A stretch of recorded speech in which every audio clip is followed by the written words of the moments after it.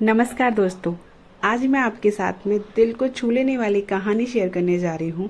ये कहानी आपको ज़रूर कुछ न कुछ सीख दे के जाएगी। तो चलिए शुरू कर लेते हैं।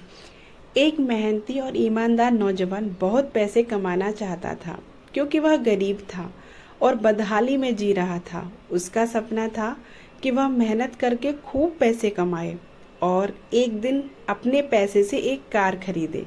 जब भी वह कोई कार देखता तो उसे अपनी कार खरीदने का मन करता।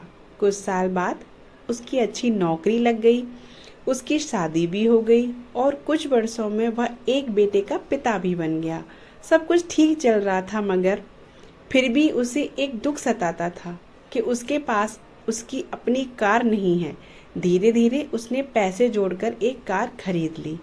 कार खरीदने का उसका सपना पूरा हो चुका था और इससे वह बहुत खुश था। वह कार की बहुत अच्छी तरह देखभाल करता था और उससे शान से घूमता था। एक दिन रविवार को वह कार को रगड़ रगड़ कर धो रहा था, यहाँ तक कि गाड़ी के टायरों को भी चमका रहा था। उसका 5 वर्षीय बेटा भी उसके साथ था। बेटा भी पिता के आगे पीछे घूम घूम कर कार को साफ होते देख रहा था। कार धोते धोते अचानक उस आदमी ने देखा कि उसका बेटा कार के बोनट पर किस चीज से खुरच खुरच कर कुछ लिख रहा था। यह देखते ही उसे बहुत गुस्सा आया। वह अपने बेटे को पीटने लगा। उसने उसे इतनी जोर से पीटा कि बेटे के हाथ की उंगली ही टूट गई।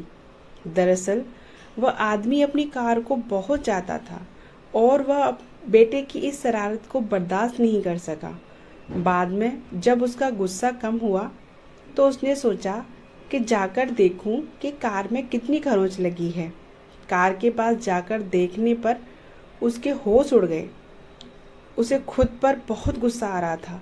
वह फूट फूट कर रोने लगा। कार पर उसके बेटे ने खुरच कर लिखा था, पापा आई लव यू। यह कहानी हमें यह सिखाती है कि किसी के बारे में कोई गलत राय रखने से पहले या गलत फैसला लेने से पहले हमें ये ज़रूर सोचना चाहिए कि उस व्यक्ति ने वह काम किस नीयत से किया है।